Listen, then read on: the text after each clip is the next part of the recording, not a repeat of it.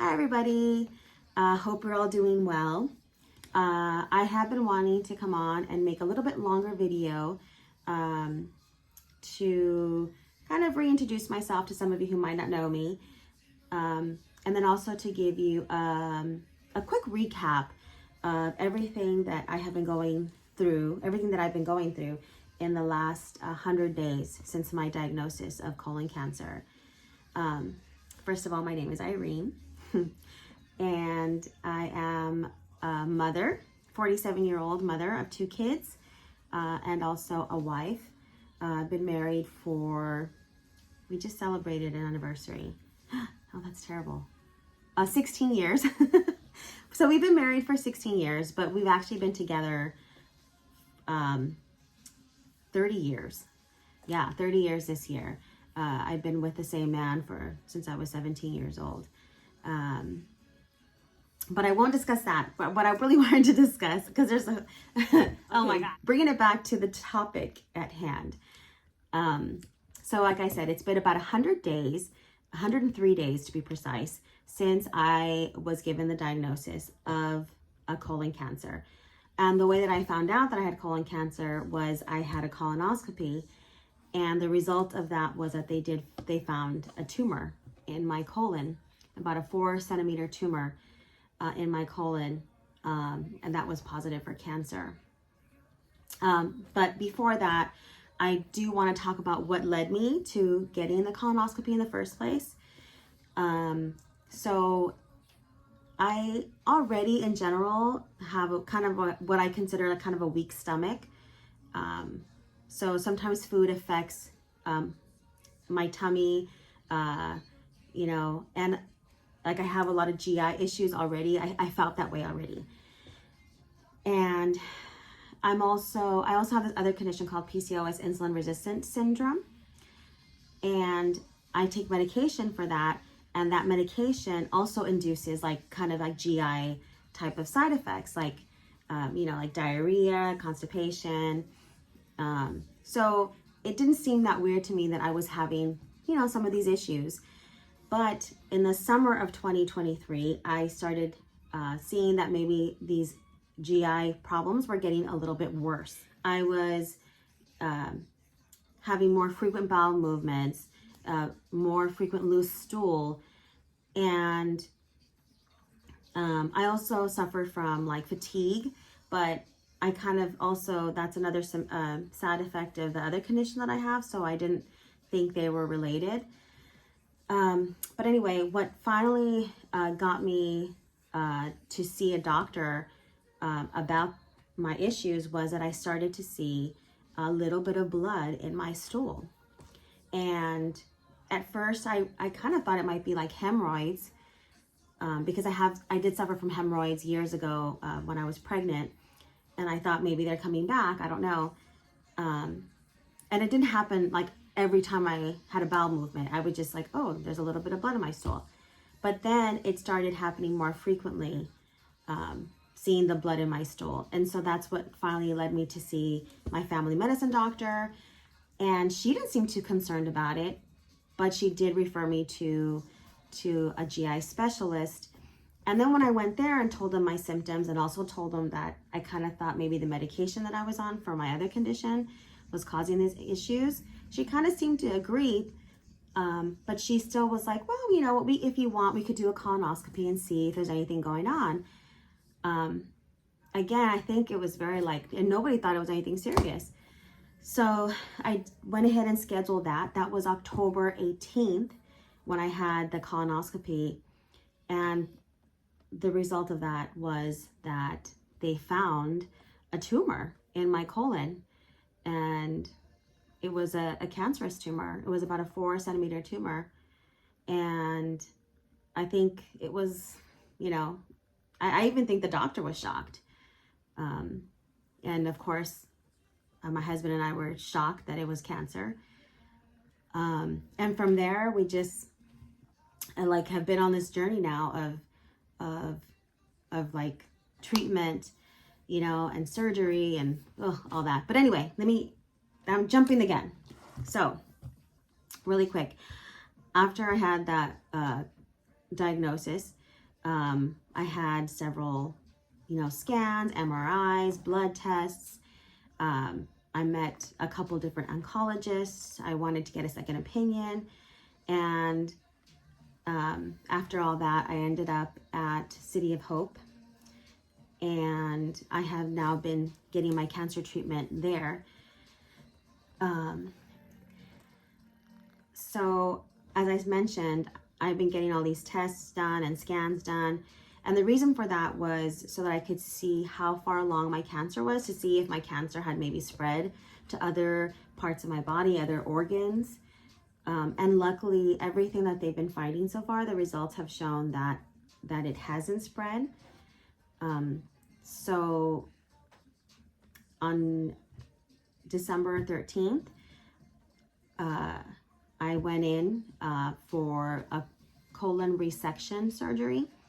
And basically what they did there was, they went in and they cut a portion of my colon. I believe it was like 12 centimeters that they said. So what they do is they cut a little bit to the right and a little bit to the left of where your tumor's at. And then they take those two sections and they just reattach them together. It's amazing that they can do that. But so that's the kind of surgery that I had. I had part of my colon cut out and then reattached together. And they also removed all the lymph nodes, I guess, surrounding that area that they removed. So it's been 7 weeks since my surgery, and I spent only a couple days at the hospital, and then I've been recovering since then here at home. I actually took over my son's room. This is where I've been recovering. My son is in college right now, so he doesn't, he hates when I say he doesn't live here anymore, because he's like, this is my home, but he is in the dorms. And so my family thought it would be best for me to kind of be on my own. And so this is where I'm at. I'm actually in my son's room, but as you can see, I've put some of my stuff in here. But anyway, so I have been doing much better. Those first couple of weeks after the surgery were hell. They were pretty tough. Now, I've had 2 C-sections prior to this. And so I kind of thought, I know what to expect. I've had surgery before, but no, this was a totally different ballgame. It's not to say that you can't get through it. I got through it. But it took just a lot of help and support and patience from me and my family, because when I first got back from the hospital, I could not do anything for myself. And when I mean anything, I could not do pretty much anything. I couldn't get out of the bed. I couldn't, barely walk. I couldn't even go to the restroom by myself. I needed help for all that. So, but like I said, it's been 7 weeks and I'm in a much, much better place. I can sit up for longer periods of time, which I couldn't do just a couple weeks ago. I can get out of bed. I can use a restroom. I can shower. I can do all those wonderful things that I think a lot of us take for granted. But here I am now. I have a little bit of discomfort still, a little bit of pain, depending on the movements that I make. I'm not quite back to my normal routine, but I'm getting there.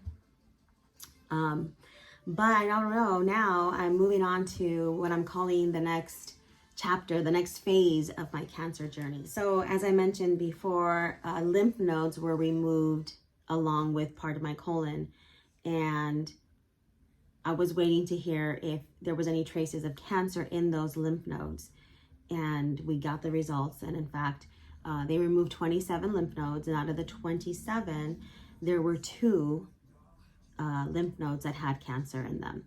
So because of that, this isn't over for me. Now I need to start chemotherapy, because what they're telling me in a nutshell is because it moved on to the lymph nodes, the cancer, that there still may be like microscopic traces of cancer in my body that can't necessarily be detected by scans or blood work. So that's the reason why I'm now moving and doing chemotherapy, which will hopefully kill any cancer cells still left. And that's kind of what I'm gonna do now. I'm gonna actually go into the hospital tomorrow, and I'm gonna have a procedure done. They're gonna implant a port here. My understanding is here in my chest, and that's where I'm gonna be getting the chemotherapy medicine. The infusion, the drip is gonna go through there. That will be starting on Monday. And I'm going to be doing a combination of the infusion drip and pills for the next 3 months. And when a lot of times I think people get this idea that they're like, oh, you don't look sick, you don't look like you have cancer. And yeah, maybe at this point I really don't. So a lot of times those images that we have in our heads of people who have cancer, it's people that are going through chemotherapy, because along with killing the cancer cells, the chemotherapy also unfortunately kills some of our good cells as well. And that's why you see the hair loss and the just other things. So anyway, that's my next chapter is getting chemotherapy. But if you're still listening to this video, I'm trying not to make it too long, but bear with me, because the main reason why I wanted to make this video, why I have this channel, not only is it therapeutic for me to get my thoughts out and my feelings out, I also think that maybe if someone's listening to this, that they could be helped by what I'm going through. So it's super important.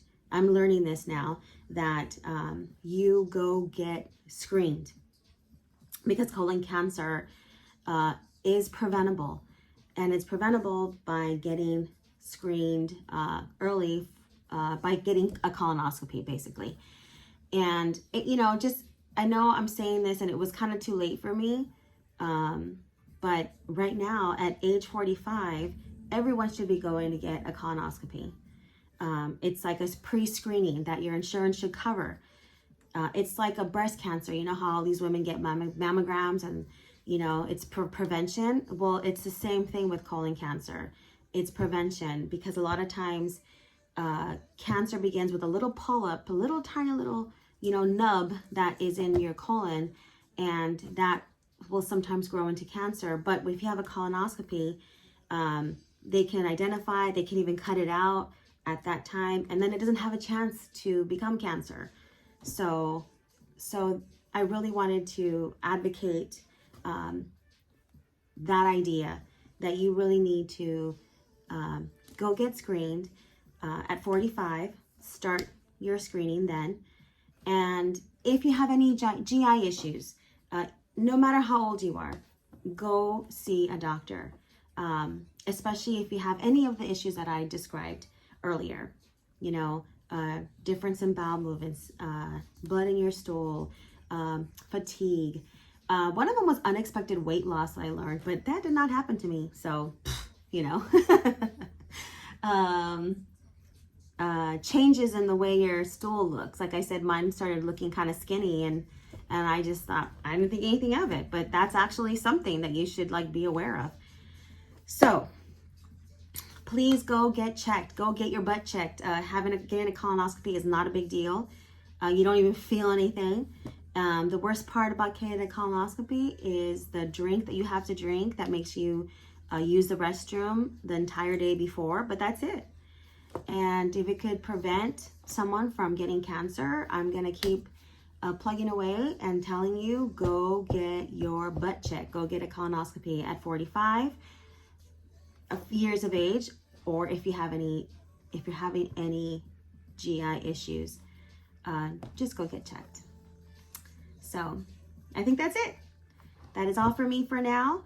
If you have any questions or concerns, you could always leave them in the comments. And I hope again that everyone is doing well, and I'm gonna keep updating you in shorter videos about how things are going for me. All right, bye.